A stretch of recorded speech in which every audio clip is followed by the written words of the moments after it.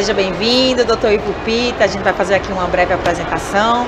A gente está aqui no nosso podcast dentro do Odontotrends, né? E é uma grande satisfação para a gente receber, né, um grande nome da cirurgia e traumatologia, professor da nossa faculdade, tá? Então a gente vai ter aqui um papo leve sobre a cirurgia ortognática, sobre a cirurgia, certo? Fazer aqui uma breve apresentação. Então ele é graduado em odontologia pela Universidade de Fortaleza, residência em cirurgia e traumatologia bucomaxilofacial pelo Hospital Universitário Oswaldo Cruz, especialista em cirurgia bucomaxilofacial pelo Colégio Brasileiro de Cirurgia, intercâmbio científico na Universidade de Barcelona, mestre em odontologia pela Universidade Federal do Ceará, doutor em ciências da saúde pela Faculdade de Medicina do ABC e tem curso de artroscopia da ATM. Então é um grande prazer para a gente estar recebendo você aqui e a gente vai conversar um pouco, né? O que é que você trouxe hoje da cirurgia ortognática para o congresso, o que é que temos de novo, o que é que podemos esperar sobre esse assunto. Muito bem, eu gostaria de agradecer aqui o convite da gente estar conversando sobre algo que a gente vivencia, que a gente gosta, parabenizar aqui a iniciativa de vocês do podcast e também a grande realizadora desse evento, a Faculdade SECAP, né? Algo extraordinário para o nosso interior. E falar sobre ortognática é muito bom, você estar conversando sobre o que você vivencia, sobre seu projeto principal de vida, né? Eu tenho ortognática hoje como algo desafiador e que a gente quer trilhar focado em melhores resultados. E foi o que a gente mostrou ali, a evolução da ortognática referente à otimização dos resultados, a necessidade de uma abordagem multidisciplinar, com especialistas odontólogos, como ortodontistas, dentística estética, a necessidade de também abraçar outras áreas como a fisioterapia, nutrição, fonoaudiologia e o próprio médico anestesiologista também ali proporcionando segurança, conforto e uma recuperação rápida desse paciente que vai submeter uma cirurgia. Eu sou ortodontista, né? Essa tua fala é muito feliz, né? Porque durante o curso de especialização a gente teve a oportunidade de acompanhar vários pacientes de cirurgia ortognática. A gente tinha uma parceria com a HU na UFPB. Então, às vezes, o paciente que chegava lá, ele era encaminhado para a ABO, que era onde a gente fazia o curso, ele era tratado lá e preparado para a cirurgia ortognática, né? Então, é uma via de mão dupla. Não existe a ortognática sem o cirurgião, né, o bucomaxilo, nem sem o ortodontista, porque isso precisa da finalização, né? E ter esse conhecimento, caminhar em equipe, né, é muito importante, né? Então, a gente vê que a cirurgia ortognática é uma cirurgia que transforma vidas, né? Tem muito paciente que sonha, né? Tinha paciente que chegava lá, principalmente os classe 3, eu não sei se essa é a mesma visão da cirurgia, mas principalmente os classe 3 eram aqueles pacientes que tinham mais sede pela cirurgia, né? De transformar a face, de mudar aquele perfil, que às vezes era um paciente que vivia incomodado com aquilo o tempo inteiro, né? Fora outros ganhos, né? Os ganhos em relação à respiração também, né? Para aquele paciente que tem uma via aérea muito estreita, né? Então, são muitas nuances na cirurgia ortognática, né? Então, falar um pouco sobre isso é muito importante, né? Então, eu acho que às vezes o aluno da graduação não tem tanto contato, né, com a cirurgia ortognática e em alguns locais, né, eles permitem, né, que os alunos acompanhem as cirurgias, né, assistam. Eu não sei se o hospital aqui ele abre as portas, né, para os estagiários. Tem essa possibilidade para os alunos? Como é que... Infelizmente aqui na região a gente ainda não tem o serviço amparado pelo SUS, né? Onde a gente possa conveniar algum tipo de estágio ou vínculo com a parte de ensino e pesquisa. Então, atualmente as cirurgias hoje na região são feitas através dos planos de saúde ou particulares, mas mesmo assim a gente procura sempre estar levando os alunos para acompanharem as cirurgias. Na Faculdade SECAP, por exemplo, quem faz parte da Liga Acadêmica de Cirurgia fazem parte de um rodízio, onde a gente seleciona alguns alunos e eles vão ali conhecer um pouco da nossa rotina no hospital, ver como ocorre essa cirurgia, porque são alunos que já estão mais envolvidos, né? Então a gente procura estar trazendo alunos da instituição para próximo, para que possam acompanhar. Mas a nossa perspectiva é que, diante dos números de pacientes operados, a repercussão social que isso causa, porque a gente só trata o que diagnostica. Quando a gente começa a observar isso com outros olhos e a encaminhar e a pedir cirurgia e ver outros pacientes operados, pode ser que a gente sensibilize a gestão pública, né, de abrir um serviço, seja de ordem estadual, municipal, para que a gente possa começar também a beneficiar pacientes que precisam e que não têm acesso. E essa questão, né, até desse olhar do diagnóstico, é super importante trazer isso à tona, porque às vezes a gente vê um paciente que vai parar num profissional que quer tratar o paciente, no caso limítrofe, não encaminha o paciente para ortognática e depois o paciente se arrepende e quer fazer ortognática. E aí você tem que desfazer tudo o que foi feito. Um dos meus pacientes operados, ele foi um paciente que foi tratado, ele era um caso que nem era limítrofe, mas foi tentado fazer uma compensação dentária. E aí depois ele teve a extração de um incisivo inferior, ele teve que desfazer tudo que tinha sido feito e ainda ia ganhar de brinde um implante dentário. Então, assim, é muito importante a gente focar nessa questão diagnóstica e saber o que é melhor para o paciente, né? Às vezes, isso nem é comentado com ele, de que, o seu caso, ele é cirúrgico, né? A gente pode tratar, mas não vai ficar bom, mas ele ser avisado, informado, né? Que é um caso cirúrgico, é muito importante a gente deixar isso claro para o paciente, né? Mas falando sobre a otimização dos resultados, né? Como é que a gente, na prática, pode melhorar essa otimização desses resultados? Só assim, justamente na experiência que vocês já têm como equipe, tipo, lá no começo, quando a gente começou, tava, tipo, até em termos de tempo, vamos dizer assim, em termos de resolução de edema, alguma coisa do tipo, para o paciente em si. E isso abreviou em tempo, isso para o paciente ou para vocês, com relação ao retorno para a ortodontia, para a finalização, como é que isso realmente está beneficiando tanto a equipe quanto o paciente em si? Bem, um dos pilares da recuperação rápida desse que a gente chama Fast Track Recovery, do paciente estar de volta à sua vida social mais rápido, que isso é importante, é a cirurgia tecnicamente minimamente invasiva. Então isso foi um divisor de águas. As cirurgias, elas eram para dar certo, era para eu soltar o osso e colocar na posição, e já era desafiador isso. Hoje não, hoje a gente tem uma preocupação enorme com os tecidos, com o afastador que está no lábio, com o nível de descolamento, com o tempo operatório. Então, por exemplo, nós temos um treinamento entre os 3 cirurgiões que a gente não precisa falar nada na cirurgia. Todo mundo sabe aonde a mão direita do cara vai estar em determinado minuto da cirurgia.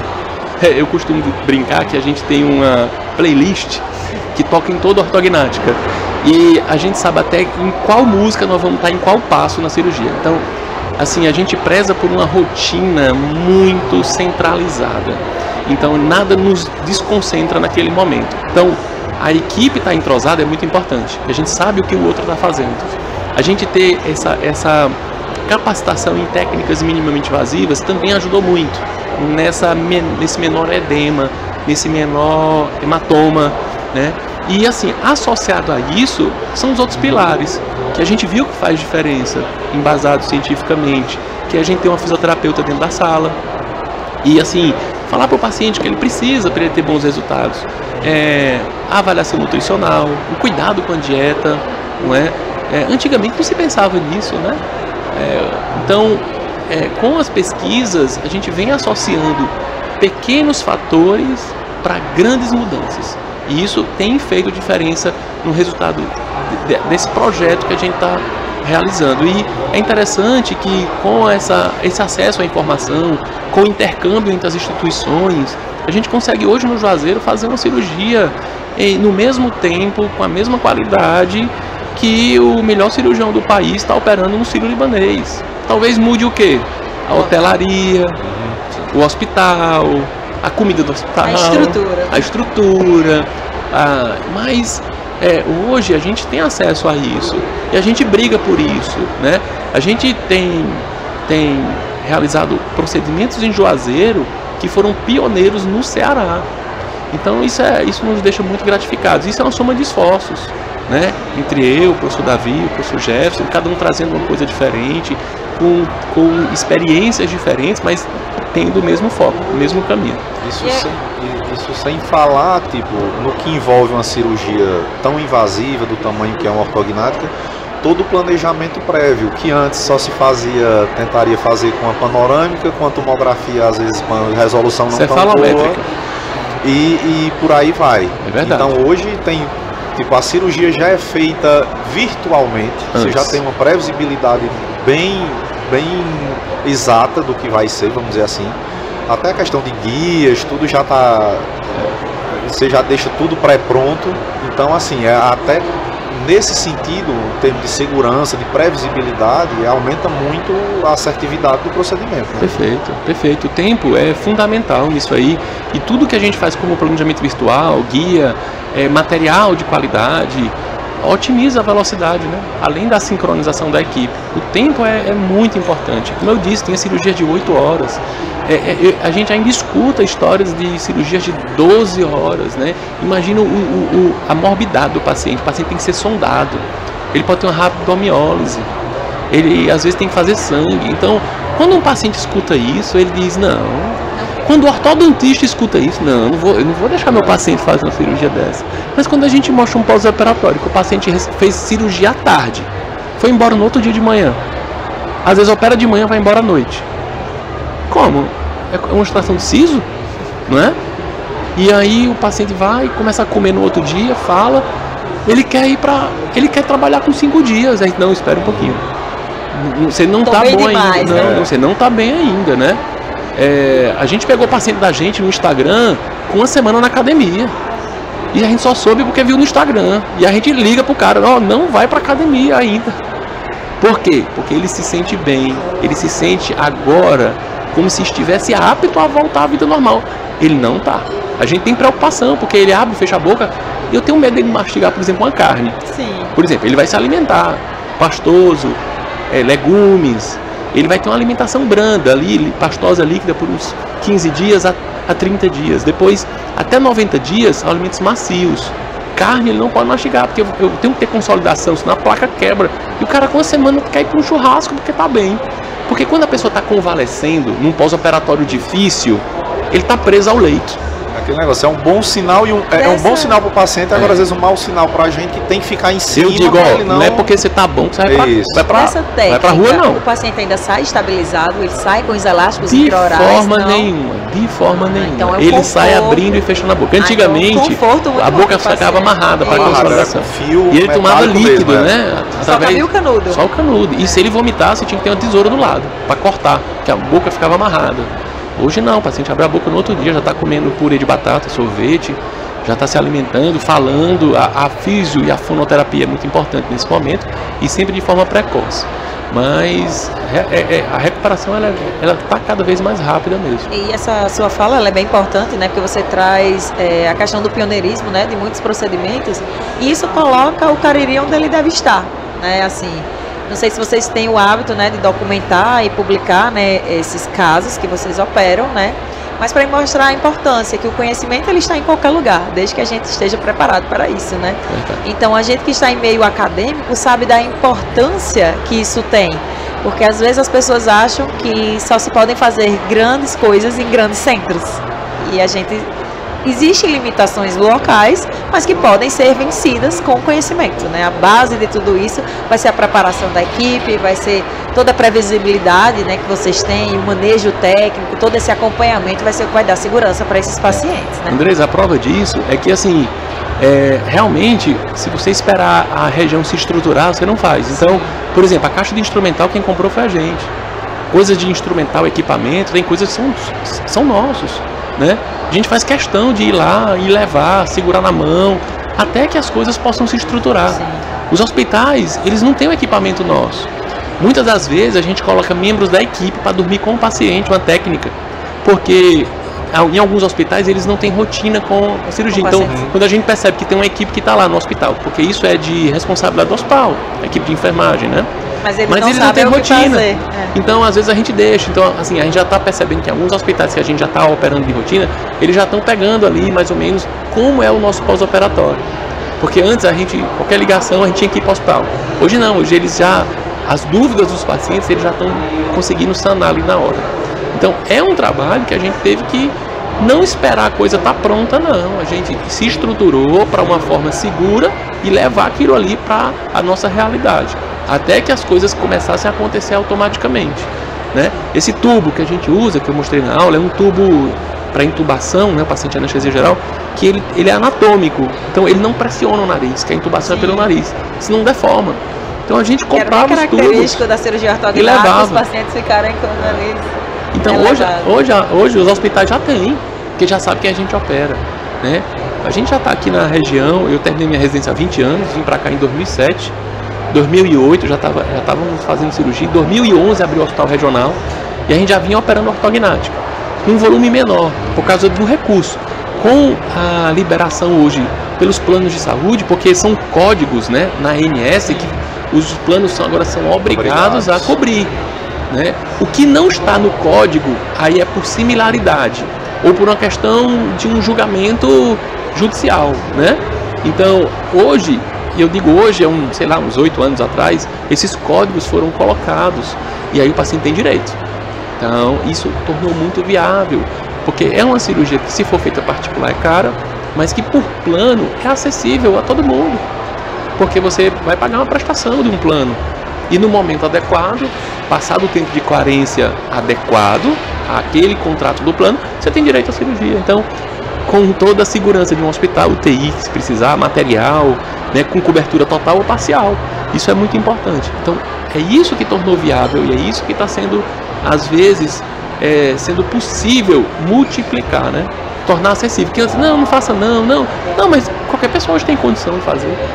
Basta ter indicação, né? Alinhar junto com a equipe de ortodontia, alinhar a indicação. É como você falou no início, né? Pacientes que vão para orto e ninguém questiona sobre a percepção facial.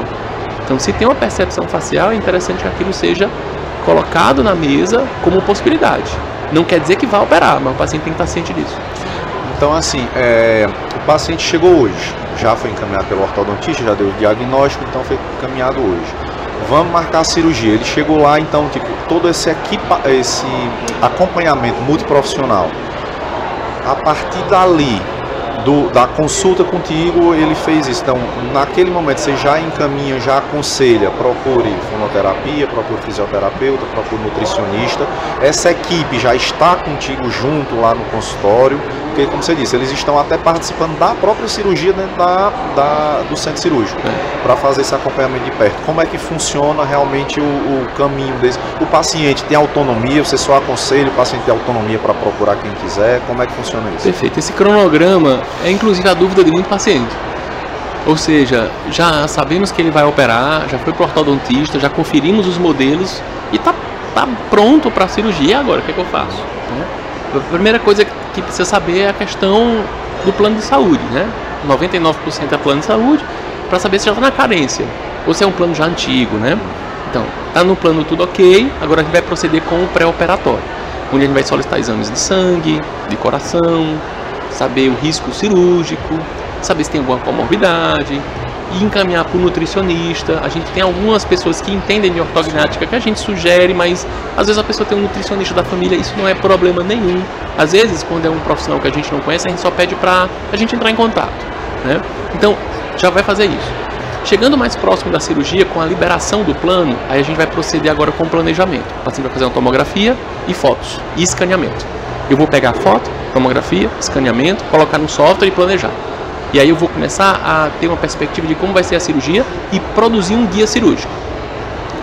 Com o guia cirúrgico na mão, vamos agendar a cirurgia. A cirurgia está agendada, aí a gente oferece a fisioterapia que trabalha com a nossa equipe.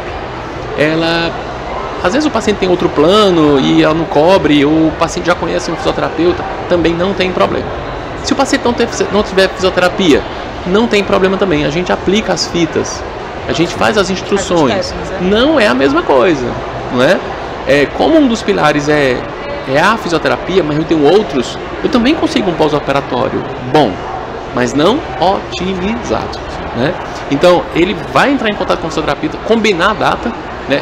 Por exemplo, a fisioterapeuta que a gente trabalha, né, ela vai, às vezes, num domingo, meio-dia, na hora do almoço da família dela, porque a cirurgia começa de manhã, às 8 horas, 9, termina 11, 11h30, hora do almoço ela vai lá e tem que ser uma pessoa disponível para isso. E vai para o hospital.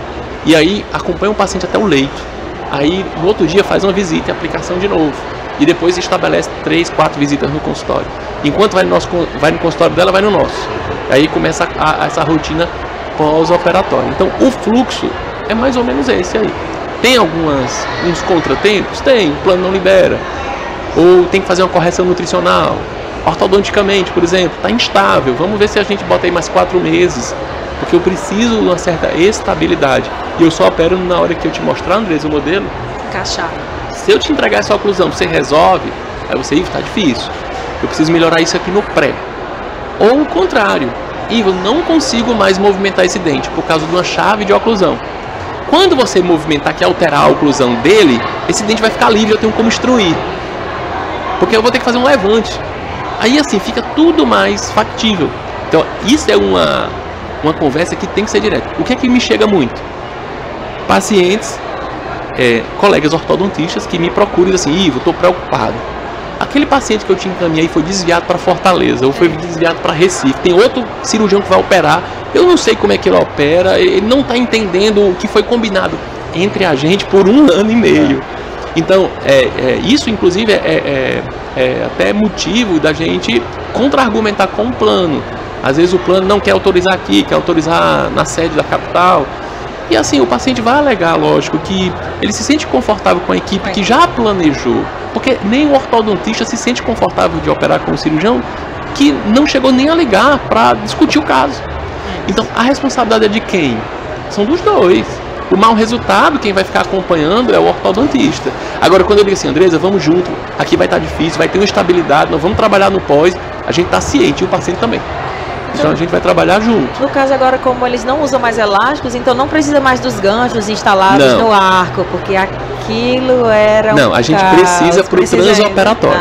Então, os esporões a gente usa, que são aqueles ganchinhos entre os brackets, né? Porque a gente, quando solta a maxila mandíbula, a gente tem que prender no guia. Na cirurgia. No guia, né? Então, o guia vai trazer ali a relação maxilomandibular. E depois o vertical, a gente vai estabelecer com um parâmetro na glabela, que é a altura vertical. Então, é o anteroposterior, que é a placa, e a parte vertical. E aí, nesse caso, eu preciso do bloqueio, mas no pós-operatório, depois que coloca a placa, não fica. O máximo que pode acontecer é por uma acomodação muscular. Imagina, a mandíbula era lá para trás. Aí avançou 10 milímetros. Que é o caso mais difícil, é o masseter, né? o digástrico, tá puxando para trás. E aí, às vezes, você bota um elástico só para poder confortar o paciente por causa dessa tensão muscular. E às vezes também, como há uma desmemorização da oclusão, a elasticoterapia, que não é um bloqueio rígido, o paciente fala normal, só que com elástico guiando uma nova oclusão que ele não sabe qual é ainda. Então, até ele se adaptar à memória oclusal, às vezes o elástico ele é um grande aliado. E é até bem importante essa fala, né? Porque principalmente nesse paciente que tem essa classe 2, a gente sabe da dificuldade muscular. Porque para o paciente classe 3, ele já está com o músculo lá esticado, então é muito mais fácil. Então o classe 2 é o paciente que tem, normalmente é um braque facial, tem aquela face ali curta, os músculos muito fortalecidos. Então se ele não trabalha previamente, ou fono, ou físio, deixa o trabalho muito mais difícil. O classe 2, Andresa, é mais difícil de operar. Isso, porque face curta, né? Ele é rígido, então você tem que fazer avanço. O classe 3 é como você disse, ele dá mais repercussão. Isso. Porque o padrão 2, que tinha para trás, a gente vê mais comumente, né? Já o padrão 3 não, chama mais atenção, mas é um paciente que tem menos problema articular. E é um paciente de uma cirurgia até um pouco mais tranquila. Já o 2... tem muita mordida profunda, né? Ele tem problema articular associado, às vezes, né? Por conta desse braço de alavanca. É um paciente classe 2. Ele tem, às vezes, uma compressão articular, deslocamento de disco. É um paciente que, às vezes, tem uma comorbidade associada. E tem a questão da musculatura, que tenta trazer de volta a mandíbula para trás. Então, tem que ter fixações rígidas, sabe? Tem que ter um negócio bem planejado. Agora, o benefício é gigantesco, né? Em relação à função. Principalmente quando esses classe 2 às vezes já tem um histórico de problemas respiratórios. E aí quando você faz o avanço mandibular, a gente já tem um ganho também de vias aéreas, né? Que é um ponto que às vezes passa despercebido por alguns cirurgiões, né? Que é olhar as vias aéreas do paciente, que parece bem básico, mas às vezes já aconteceu da gente ver cirurgias, né? Que fizeram um recuo mandibular e o paciente depois não respirava nada. Perfeito. Né? Então a gente tem que ter essa atenção, né? Às vezes, por conta disso, a gente, às vezes, em vez de recuar tanto a mandíbula, a gente faz um avanço maxilar. Quando a face pede um recuo de mandíbula, a gente tem essa preocupação. E aí a gente pode optar por fazer uma mentoplastia com o músculo inserido, que é o genioglosso, avançando. Então a gente recua a parte dental e avança a ponta do mento para manter essa tensão da musculatura para evitar o colabamento lá atrás, né? Sim. Então, por exemplo, uma das indicações desses avanços, mento, mandíbula, maxila, é na apneia obstrutiva, né? Onde você abre a via aérea posterior. Então a gente tem pacientes que inclusive são classe 1, não tem alteração esquelética. Era isso que eu já ia perguntar. Se a gente faz um avanço maxilomandibular. Um procedimento desse com a finalidade desse benefício. Puramente a apneia. Eu tenho uma amiga que operou recentemente que justamente o caso dela, ela tinha um ronco até associado, né, essa apneia. E a gente olhava para a face dela e não era nada crítico, mas a questão respiratória trazia muito incômodo para ela. Normalmente é o paciente birretruso, normalmente, mas eu posso ter um paciente classe 1 também. E às vezes você vai puxar até, sair um pouco até do padrão estético, né? Vai ficar com a maxila forte, ou a mandíbula forte, mas às vezes você vai tirar o paciente, o quê? Do CPAP. Sim. Ele tem paradas, ele tem hipertensão, ele pode desenvolver uma série de problemas. Então, esse despertar que eu acho que a odontologia está começando a reconhecer, isso está chegando na população. Tem gente assim, doutor, acho que eu preciso de um ortognático. Vamos ver, né? Porque quanto mais se opera, é por isso que a gente quer que mais equipes cheguem, mais pessoas operem, porque isso só tende a beneficiar, né? Quanto mais acessível for, né? E aí vai ter pressão, as pessoas vão ter que abrir um serviço e mais gente vai ser beneficiada. Em relação ao acompanhamento emocional, vocês fazem também? Porque assim, eu já conheço casos também de que o paciente operou e aí se arrependeu, não pelo benefício da cirurgia, mas porque não se reconhecia mais.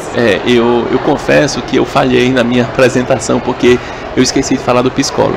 Então ele já estava inserido, eu já estava engatilhado justamente. Tanto aqueles pacientes que chegam com aquela carga emocional baixa, vamos dizer assim, pelo que já vem enfrentando desde no casamento, a pessoa que tem apneia, que tem que usar um CPAP, ou questão estética mesmo. Então, tipo, esse paciente que às vezes já chega para baixo, e às vezes a perspectiva dele de ser trabalhado e dizer, não, a gente vai fazer isso, você vai melhorar, entendeu? Como seria esse trabalho prévio e o pós também, né?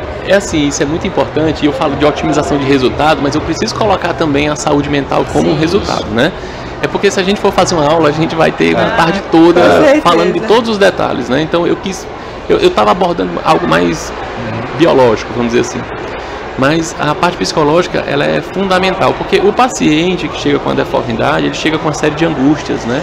E ele deposita muito das suas frustrações na sua fisionomia. Então, todos nós temos nossos problemas, nossas fragilidades, só que quem tem a deformidade facial, às vezes coloca um pouco de responsabilização no aspecto físico, na aparência, né? De talvez não ser bem sucedido no emprego, no relacionamento.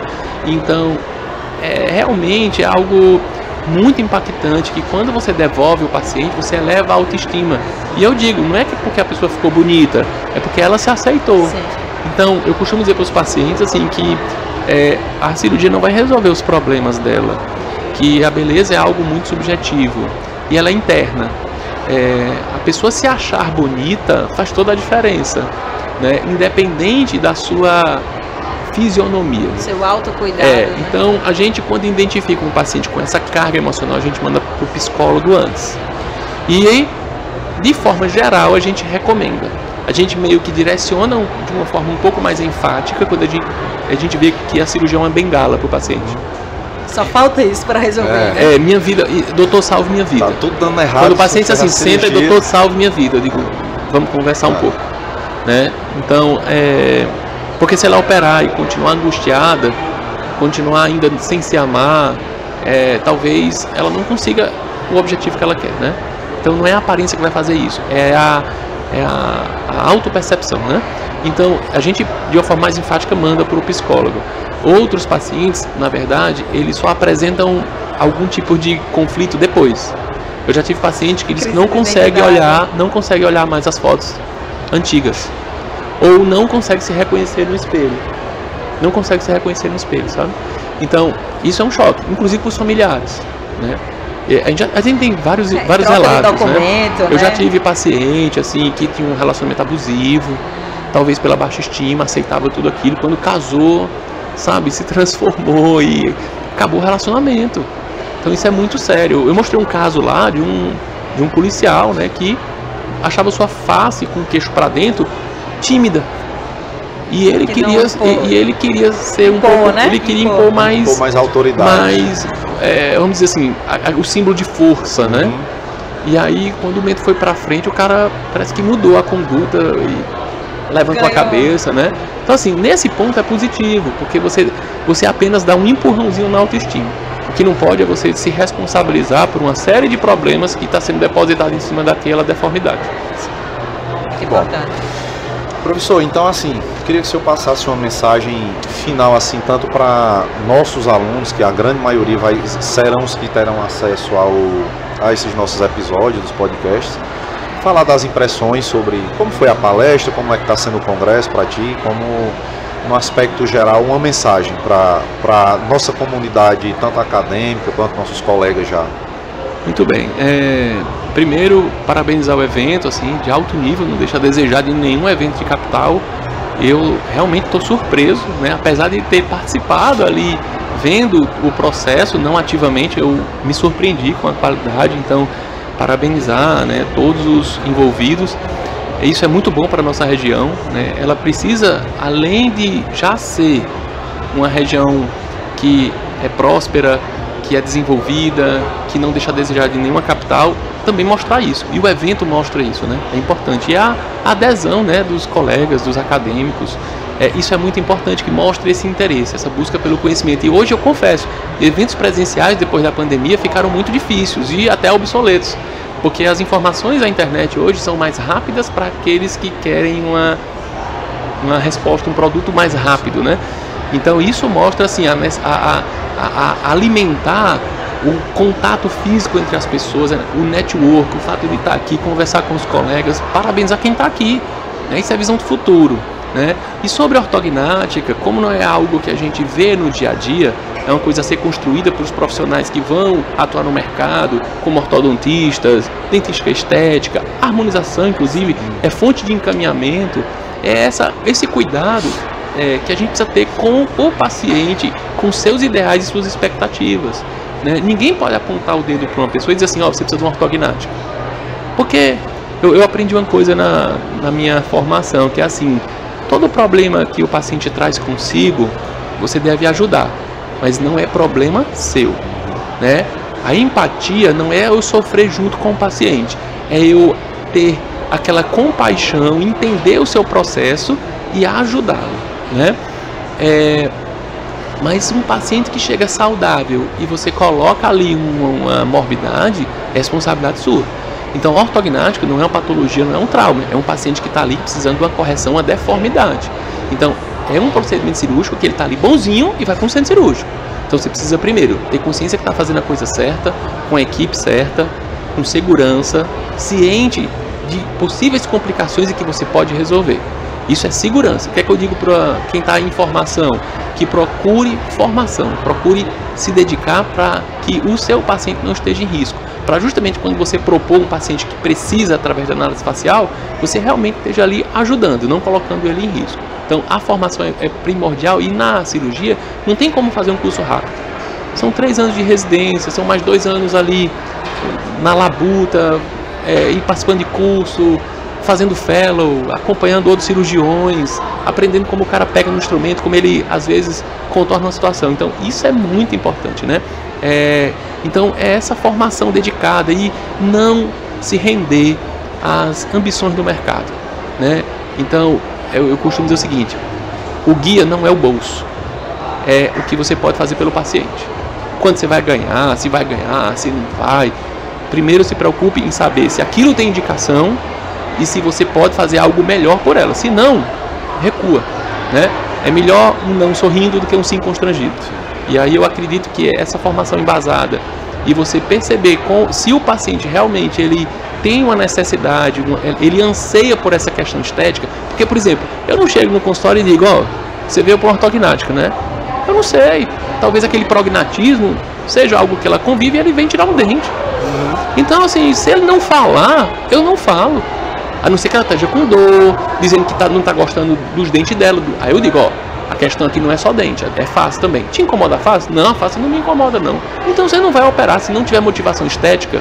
É muito difícil você convencer um paciente. tá? É lógico que os atributos funcionais, eles vêm trazendo um peso na balança maior. Respiração, articulação, a saúde como um todo, né?